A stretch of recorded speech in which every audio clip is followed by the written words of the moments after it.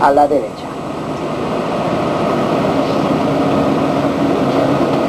Y entre medio de las dos montañas se ve como una lengua blanca. Aquello es un río de lava de la última erupción del Vesubio. Vemos también en medio de la ladera del Vesubio, como una casa blanca, aquella es la estación del funicular, que fue un fracaso. El Vesubio. Aquí transversal, hace 2000 años, era llamada Vía de Alta Semita, y de hecho, al extremo de la izquierda es donde enterraban a las vestales vivas, y es donde está la Porta Pía. Por ahí entra Garibaldi el 20 de septiembre de 1870. Ahora, aparte de eso, miren aquí a la derecha esta fachada, miren qué belleza. Esta es una de las fachadas más típicas del barroco romano, San Carlino, hecha por Romini en el siglo XVII. Señores, les ruego que se recuerden de esta basílica, porque esta tarde vamos a visitar la basílica. Entonces, ahora vamos a descender a la parte imperial. Carros, estaba permitido pasar los carros en la época imperial. Ustedes saben, los carros no podían circular por el día, sino por la noche. De consecuencia, se pueden imaginar el ruido que hacía y la gente que vivía en lo que era el Machello, el matadero de reses. El Templum Pacis era un enorme templo del cuarto siglo a.C., construido en honor a la paz. De ahí que detrás estaba el Foro Romano. Del Foro Romano, saben, habían evadido el fisco. Mientras que la construcción, que tiene una sola ventana y a la izquierda, era la curia. Aún ahora mantiene la estructura de la antigua curia. Y eso de la izquierda era el foro, saqueado por papas y por personas para construir casas y basílicas. Ahora, en la época imperial, Roma llega a tener 1.800.000 habitantes. Eso no tiene capacidad, porque ya la plaza pública es muy pequeña, y entonces comenzarán a construir los emperadores estructuras que llamaremos a la derecha, y la estatua ecuestre aquí en el medio, que ha desaparecido. La torre que tienen ahí a la derecha es la torre de las milicias. Es ahí donde dice la tradición que estuvo parado Nerón tocando la lira en el incendio de Roma. Ahora, la tradición dice que ahí estaba parado Nerón, y la tradición dice que el incendio nace en ese barrio. Entonces tal vez hay algo que coincida. Aparte de eso, tenemos las columnas de la Basílica Ulpia. Ustedes ya saben, los romanos no rezaban en las basílicas, eran los tribunales. Y de hecho, esta basílica era donde el emperador Trajano administraba la justicia, que saben será uno de los mayores emperadores de Roma. De hecho, la columna de Trajano que tenemos ahí a la derecha es una columna que fue esculpida por Apolodoro de Damasco por orden de Trajano, y cuenta con sus relieves las batallas del emperador en contra de la población dácica. Era un libro de historia porque la gente, como les dije, no sabía leer, con lo cual las figuras le enseñaban las batallas del emperador. La Basílica de Santa María de Loreto, el Sagrado Nombre de María, y la Plaza de Venecia, pleno centro de Roma. Esta plaza toma el aspecto actual a partir del 1911, cuando fue inaugurado el monumento que tenemos a la izquierda. Monumento realizado por Giuseppe Zacconi en mármol blanco Botticino. Ahora, señores, tengan en cuenta que ese monumento le da el rey de Italia, y abajo en el medio la tumba del soldado desconocido y los dos centinelas perennes al lado de la tumba del soldado desconocido. Tenemos que la plaza toma el nombre a partir del Renacimiento, cuando construyen el palacio que tienen después, el Palacio de Venecia. Este palacio era la embajada de Venecia ante el Estado Vaticano. Llegamos al mismo, indicamos un poco la arquitectura de una facción y de otra. Aquí tienen las almenas güelfas, que eran las facciones a favor del poder temporal de la Iglesia, y aquellas eran almenas gibelinas, facciones en contra del poder temporal de la Iglesia. Entonces van viendo que con la arquitectura, con la diferencia de ideología, quizados ahí por el Papa Pablo IV Carafa en el Renacimiento, y estuvieron quizados ahí hasta la Segunda Guerra Mundial. Y al lado de ahí, es donde vivió y murió San Ignacio de Loyola. De hecho, muy cerca de ahí está la iglesia del Jesús, donde está enterrado. Pero miren, de frente tenemos el Capitolio. Esa es otra de las 7 colinas clásicas de Roma. El Capitolio, además, Es la colina más augusta de Roma, es el centro político y religioso de la Roma imperial. Y le da el nombre de Capitolio a todos los Capitolios del mundo. Ustedes saben, la palabra Capitolio nace de dos palabras latinas, caputoli. Era cómo iniciaban a los sacerdotes a la ceremonia religiosa, la unción de aceite en la cabeza. De ahí que el Capitolio en la época imperial era el tabulario, era donde estaban las tábulas de la ley, y que fue construido en el primer siglo antes de Cristo. Miguel Ángel, inmediatamente después de dictar el juicio universal, por orden del mismo Papa Pablo III Farnese, le coloca la fachada a ese palacio. El palacio estaba orientado hacia atrás, hacia la plaza del Foro. De ahí que toda la rampa donde está subiendo aquella gente, la plaza y los palacios.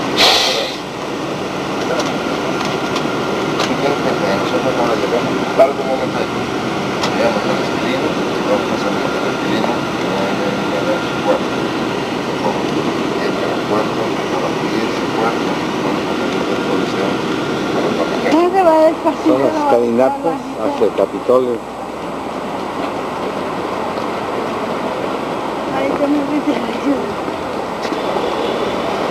Esto data de 2751 años. Son todos los Capitolios del mundo.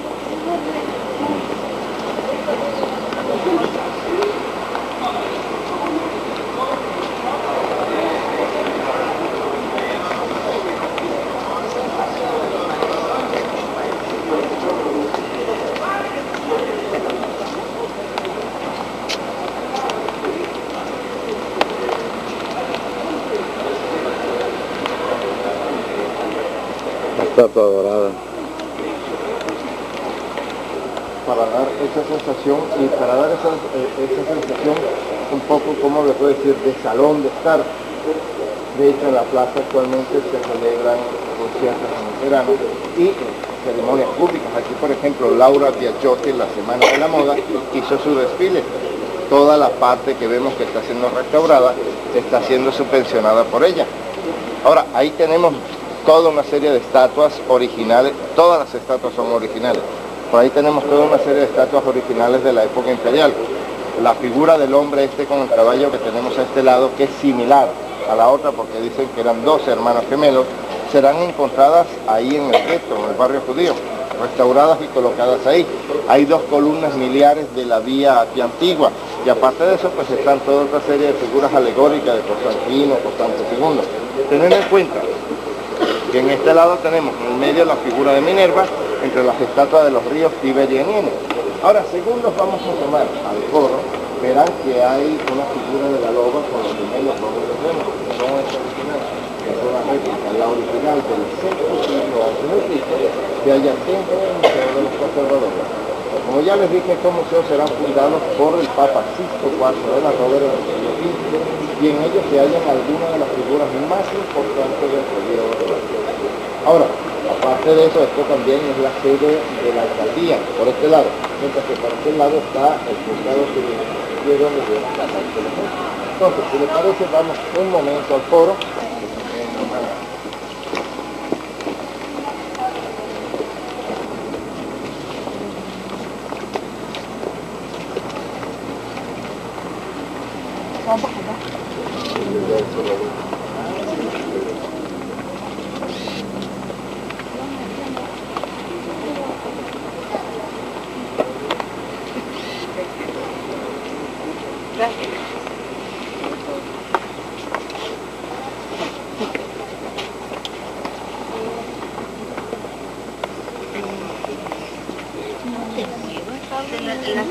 Señora, tranquila que ahora es todo bajada. Ya no se puede.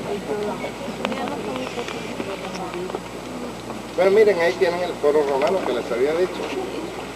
Actualmente es uno de los parques arqueológicos más importantes del mundo. El foro era la plaza donde se reunía la gente en la época imperial entre las 7 colinas. Ven, aquí tenemos la colina del Capitolio. Eso de ahí es la colina del Palatino, donde se funda Roma. Detrás está el Aventino, por aquel lado está el Celio, el Esquilino, el Viminal y el Quirinal. Con lo cual, era un valle pantanoso, un valle, además estaba lleno de paludismo, de toda una serie de condiciones que impedían que se reunieran ahí. Tengan en cuenta que además era una necrópolis arcaica. En el sexto siglo antes de Cristo, los etruscos dejan dos grandes herencias. La primera, el arco de medio punto, junto con la cloaca máxima, la primer cloaca, que drenaba y aún ahora drena este valle al río Tíber. De ahí que sanean el valle y al principio comienza a ser plaza de mercado, de juicios, de cambios, pero bueno, llega un momento en que no tiene capacidad y entonces los emperadores construirán las estructuras que vimos a los lados y esto se quedará como plaza de representaciones oficiales. Eran donde daban los grandes honores a los generales que regresaban victoriosos de la batalla o mismamente donde pasa Cleopatra y será agasajada. Ahora, cuando venían aquellos generales, subían por esta calzada que tienen ahí. Ven aquellas piedras allá abajo, ese es el Clivius Capitolino.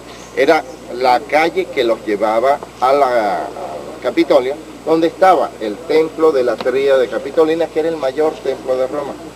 Y ahí estaba Júpiter, óptimo máximo, Juno y Minerva. Como es lógico, ellos tenían que rendirle honores a las divinidades cuando habían vencido, o bien pedir que fueran propicias cuando iban a la batalla. Por eso la colina era importantísima. Aparte de que tengan en cuenta que estaba acantilada naturalmente al río. Roma se funda en esta parte del centro de Europa porque tenía toda una serie de condiciones que hacían que fuese así. Las 7 colinas, el río que le daba el abastecimiento hídrico, que le daba además el tráfico fluvial hacia el mar, con lo cual intercambio comercial, intercambio bélico y al mismo tiempo estaban protegidos naturalmente por un acantilado que por atrás le construyen la primera muralla, la Serviana, y les protege también por la parte posterior. De consecuencia, con todas estas condiciones fundan la ciudad aquí, que después poco a poco se irá expandiendo. Y de hecho, como vieron, y ahora si podemos pasar por la vía de los foros imperiales lo veremos, el Imperio Romano llegaba desde Lusitania, desde lo que era Portugal, hasta Asia Menor, lo que era todo el Mediterráneo, era todo Imperio Romano. Ahora, aquí era donde se hacían toda la vida pública, desde, como les dije, los mercados y los cambios hasta los juicios. Señores, aquí nace el derecho romano. Tengan en cuenta que esa materia que ahora se utiliza casi en todo el mundo para comenzar a estudiar derecho nace aquí. El foro judicial, el foro penal, el foro civil, el foro. Fíjense que las dos basílicas, la plaza del foro, miren, este es el arco de Septimio Severo. Detrás está la vía sacra, que era la calle más importante de esto, que comunicaba esto con el arco de Tito, con el Coliseo, la vía Apia que está por allá atrás. Con lo cual el foro es aquella cosa verde, nada más que la parte verde, la placita esa de ahí. Entonces, cuando llovía, nevaba, cuando no se podían reunir en la calle, tenían que reunirse en algún lugar. Y ya por eso les había dicho la cosa de la confusión, que no me confundan los nombres de basílica con los nombres de catedral. Entonces, habían construido las basílicas. Allá a la izquierda, Marco Emilio Lépido, la Basílica Emilia, y allá a la derecha, Julio César, la Basílica Julia. Enormes recintos, como pueden ver, divididos por pilares o por columnas, donde ellos, seccionándolos, podían administrar el Estado, podían tener la cosa pública, los juicios, los mercados y tal. Y de hecho, en las escalinatas de la Basílica Julia, aún ahora podemos ver esculpidos en el pavimento de algunos de los escalones, los juegos de ludos, de damas, de tal, porque los abogados de primer pelo estaban ahí jugando, se entretenían entre ellos, esperando que le cayera un cliente entre las manos para poder trabajar. Con lo cual, ahí se hicieron grandes debates, ahí pasaron grandes cosas de la historia de Roma. Esto ya entonces, como les dije, queda ya en época imperial, ya con Julio César ya cambia todo, porque ya esto no tiene capacidad, entonces queda como plaza de representaciones públicas hasta el sexto siglo después de Cristo.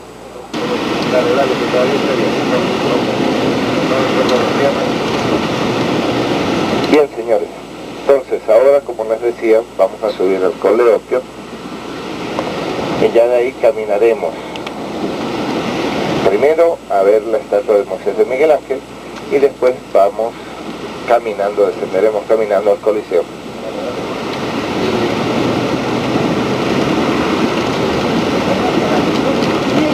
Ahora hemos tenido, todavía no lo han cerrado, ahora lo cerrarán.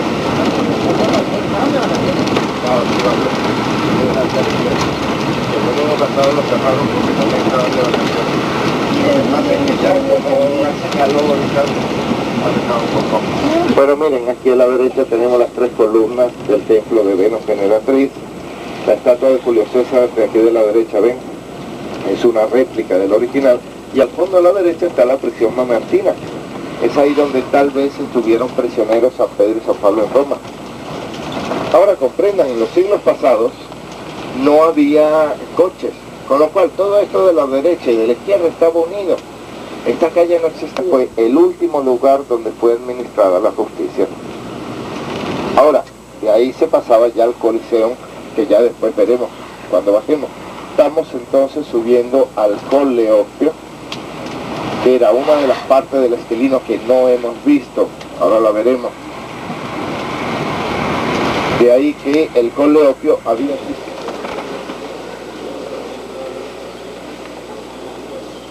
¿Ya? Bueno, miren, lo que ya les decía la otra noche, vieron, la fachada no preanuncia lo que estamos viendo. Nadie se esperaba encontrar una basílica así. Esto pasa un poco en toda Roma.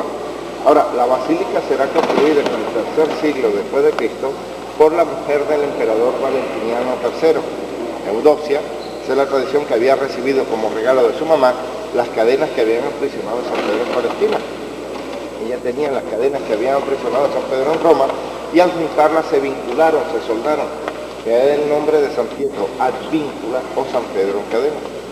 Ahora, como ven, es una construcción cristiana que ha sido realizada sobre una construcción pagana.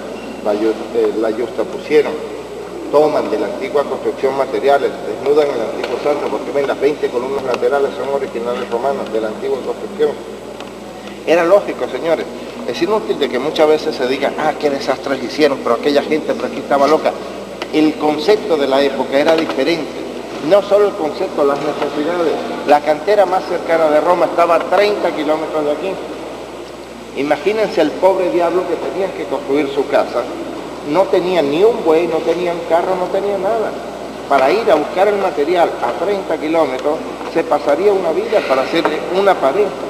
De consecuencia, sacaban materiales de la antigua construcción para construir los nuevos. Y la basílica es lo mismo.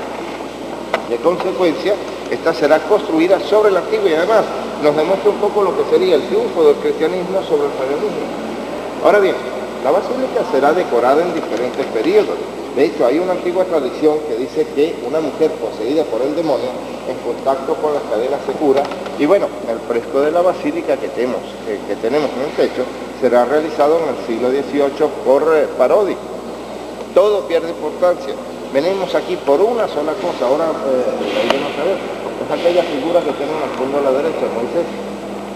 Ahora, para entender esa figura, hemos de hablar un momento de Miguel Ángel, para que puedan entenderme el artista. Porque si hubiese sido otro artista, decimos, bueno, ha copiado a este, se formó en esta escuela, en esta tiene estos trazos, tiene estas formas de realizar las cosas. Con Miguel Ángel no. Miguel Ángel saca su arte dentro de sí. Él vive para el arte. Él crea el arte, él agota la materia. Llega un momento que no tiene nada más que decir y comienza a repetirse, pero aquí dice todo. A él no le interesa quién es Moisés.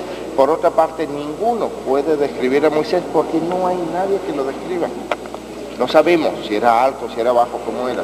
A él lo que le interesa es el preciso instante que nos cuenta el libro del Éxodo, que Moisés desciende del monte y se encuentra con la idolatría de su pueblo. Porque ese instante es cuando Miguel Ángel logra identificarse con Moisés y logra meterse dentro de la figura. Ustedes verán que la anatomía está perfectamente definida. Miguel Ángel había desollado cadáveres para prenderla, con lo cual verán que está tan perfecta, tan única, que parece que estuviese viva, que respirara. Verán que las venas de la mano izquierda parece que aún corre la sangre por ella, y parece que la figura respirara, que palpitara. Hay una antigua tradición que quiere, porque no hay ningún libro que lo asegure, quiere que Miguel Ángel le pida a la figura, le parece tan viva que le pida, ¿por qué no me hablas? Háblame. Y al no hablar le da con un martillo en la rodilla derecha.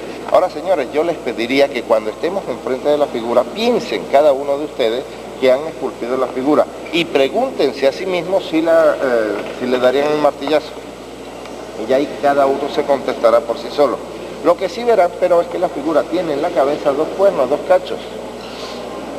Miguel Ángel ni el secretario papal no se hablaban, se odiaban. Ahora, Miguel Ángel no le podía decir al secretario papal que era un imbécil, que era un estúpido, un incompetente. pero de alguna manera tenía que atacarlo. Le pinta como diablo en el juicio universal en la Capilla Sixtina. Y aquí le coloca los cachos a la figura, porque tengan en cuenta que él escoge de todas las traducciones de la Biblia la Vulgata. San Jerónimo, que es el que traduce la Vulgata, se había confundido. Saben que la Biblia original se escribió en hebraico, y de ahí se hacía la traducción, primero al griego y después al latín. San Jerónimo no conocía el griego, conocía nada más el hebraico y el latín. Y para traducir del hebraico al latín hay grandes problemas, porque el hebraico es un lenguaje consonántico, con lo cual San Jerónimo se había ayudado con los puntos, colocando los puntos entre las consonantes formaban las vocales. Colocando el punto arriba se leía Kerem, eran rayos de luz, significaba rayos de luz. Colocando el punto abajo eran Kerum, significaban cuernos. Miren, la misma diferencia la tenemos en dos palabras actuales. Viga. Una viga es un elemento arquitectónico, pero una viga es el carro con dos caballos. Cambiaron la primera letra y eso pasó ahí. Con lo cual Miguel Ángel le coloca los cuernos porque tiene que molestar al secretario papal. Cuando el secretario papal viene a reclamar, pero bueno, ¿qué tal lo que es? Cuidado, ahí está la Biblia de San Jerónimo.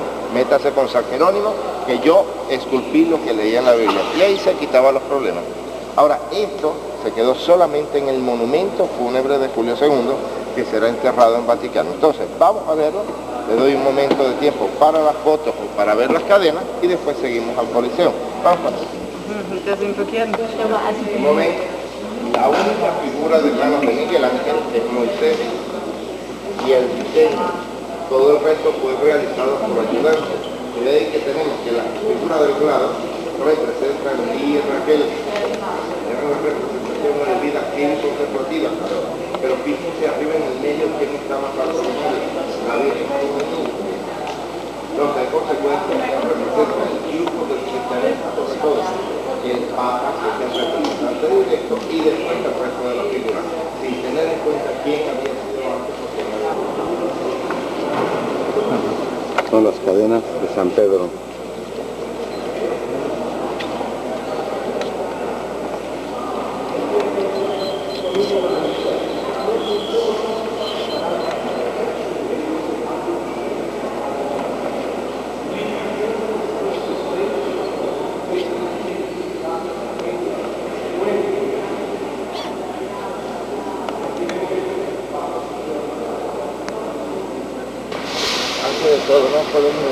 Estamos ante esta majestuosidad del famoso Coliseo que tanto vimos en películas, la pintura de la Sixtina, en historia. 10 años de su vida. Algo de pintura en Florencia, la biblioteca en Florencia. Un poco complicado para nosotros porque uno se imagina siempre una cosa mayor, una cosa diferente, y han pasado pues 1800 años, 1900 años por él. Entonces, tengan en cuenta, el monumento será construido inmediatamente después de la muerte de Nerón sobre el Palacio Imperial de Nerón. Hay que, como les había dicho, inmediatamente después de aquel incendio, que si Nerón llega a quemar su ciudad, porque tengan en cuenta, no tenemos nada claro, permítanme que me les ponga de frente a todos, no tenemos nada claro de aquel incendio. Si Nerón llega a quemar su ciudad, es nada más por una cuestión práctica, porque si él despropiaba esto, tendría que pagar a cada uno lo que le pidiese. Si se incendia, pierde valor, y entonces despropia con poco dinero. Entonces, se construirá un palacio imperial que comenzaba en el Esquilino y pasando por todo esto acababa en el Palatino. De ahí tiene el nombre de Coloseo. Ahora, señores, prepárense, porque esto es algo asombroso. El monumento fue construido en 8 años solamente. En 8 años utilizaron 100.000 metros cúbicos de mármol travertino romano y realizaron lo que hoy en día sería un estadio que tenía 50.000 personas de capacidad. Hoy en día no es nada, ¿no? El Estadio de México son 120.000 personas en proporción a 20 millones de habitantes. Por ahí tienen el Maracaná, que son 200.000 personas en proporción de unos 8 millones de habitantes. Señores, esto eran 50.000 personas en proporción a 1.800.000 habitantes en Roma y en proporción a las ciudades mayores del mundo que tenían 20.000 habitantes. Hacia el Arco de Constantino, que fue construido 4 siglos antes de Cristo, y fue donde se inspiró Napoleón para realizar el de París. Aquí pasaban los emperadores con sus triunfos. Sí.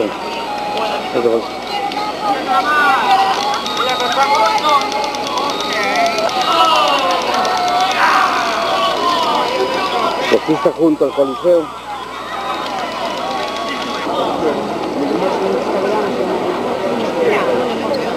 Vamos a aproximarnos aquí a la entrada porque hay una cola enorme.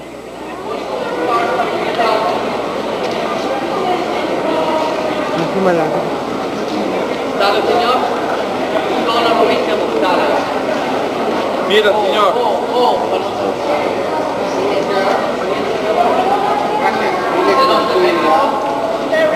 Distrito Federal.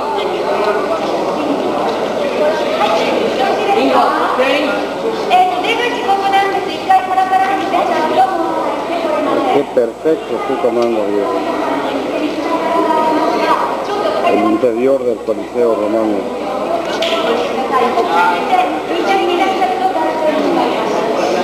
En el otro extremo.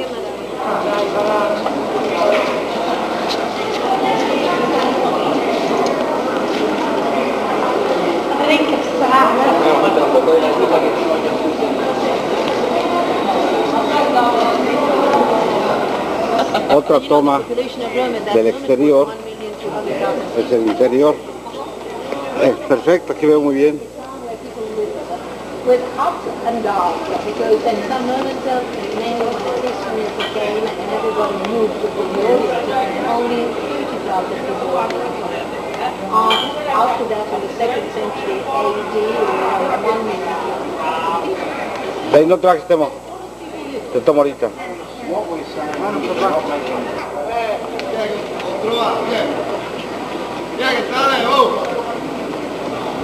Otra entrada más.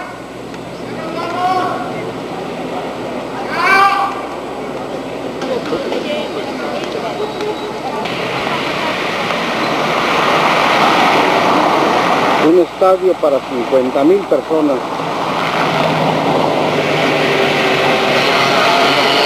Proporcionalmente para en aquella época, que eran 1.800.000, era bastante grande. Vamos a entrar al Monte Palatino, y es donde está la administración.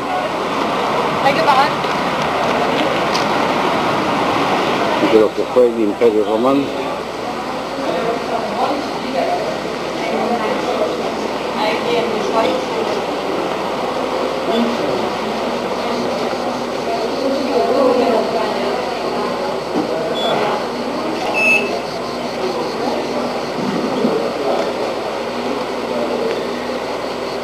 Eran los hijos de Numitores, que estaban en la ciudad de Alba Longa. Alba Longa es la ciudad donde fue construido Castel Gandolfo.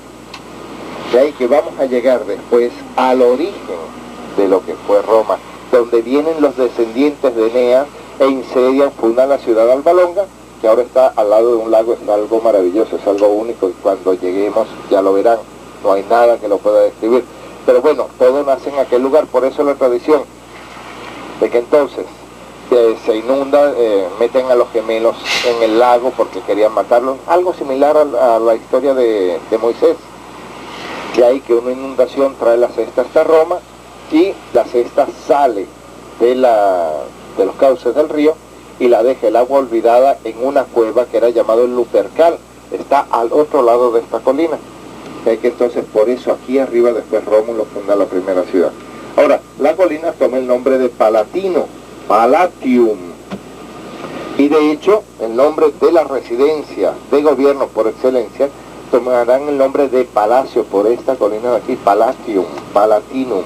Ahora, entre esta colina y la próxima que vamos a subir, veremos el Circo Máximo, una enorme explanada que verán dentro de unos momentos ahí delante a la derecha. Fundada en el VI siglo antes de Cristo, y donde en el primer siglo antes de Cristo le construirán gradas en mármol blanco de Carrara con 350.000 personas de capacidad. Señores, 350.000. ¿Ustedes saben lo que es eso? El Coliseo, como les dije, tenía 50.000. Esto eran 7 veces más que el Coliseo, más de 15 veces mayor que las ciudades mayores del mundo. De ahí que aquí sí martirizaban a los cristianos. Ahora ven, esto de aquí eran icárceres, de ahí salían los carros que tenían que dar 7 vueltas en sentido antihorario al circo. Y aquí aquí corrió Ben-Hur, señores. Judas Ben-Hur es un personaje histórico que realmente corre aquí. Y aquí martirizaban a los cristianos. Esto sí era el circo. Aquí sí eran martirizados. Ahora veremos todo desde la última colina clásica. Bueno, pues esta es la colina donde Simón Bolívar hizo su juramento. Ahora verán ahí arriba a la izquierda la estatua de Giuseppe Mazzini. Giuseppe Mazzini es de la época de Bolívar. La estatua aún no estaba ahí. Es ahí donde estaba parado Simón Bolívar, allá a la izquierda, ¿ven? Y estaba mirando a la derecha la ruina de los palacios imperiales, jurándoles a Roma de los Gracos y de los Césares. Ahora, detrás está el Rosal de Roma, con aproximadamente 5.000 especies diferentes de rosa. Es ahí donde se hacen los certámenes anuales de cultivadores de rosa, y es ahí donde se celebran las premiaciones. Pero miren, entonces vamos a pasar la hondonada que tenemos de frente, que era el Foro Boario, era el mercado de bueyes y era el mercado de verduras en el puerto de arriba. Estamos entrando en estos momentos a la plaza de San Pedro. Al fin llegamos.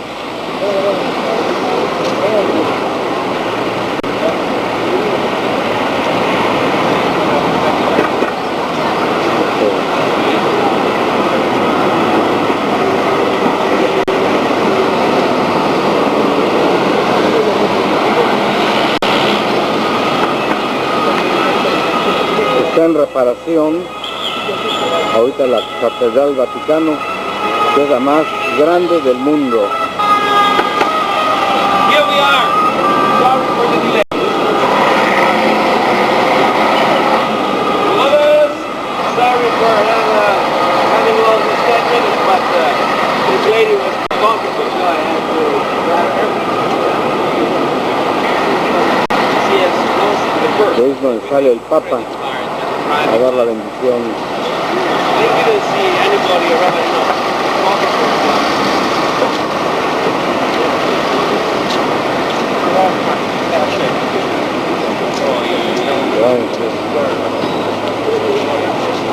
Que llega hasta Nápoles. De Poncio Pilato. Bueno, miren, la vía Actia. Nosotros tomaremos la vía Actia nueva. La vía Actia antigua, que el gobierno de Roma le ha regalado la estatua de San Francisco que tienen aquí a la izquierda. Las murallas,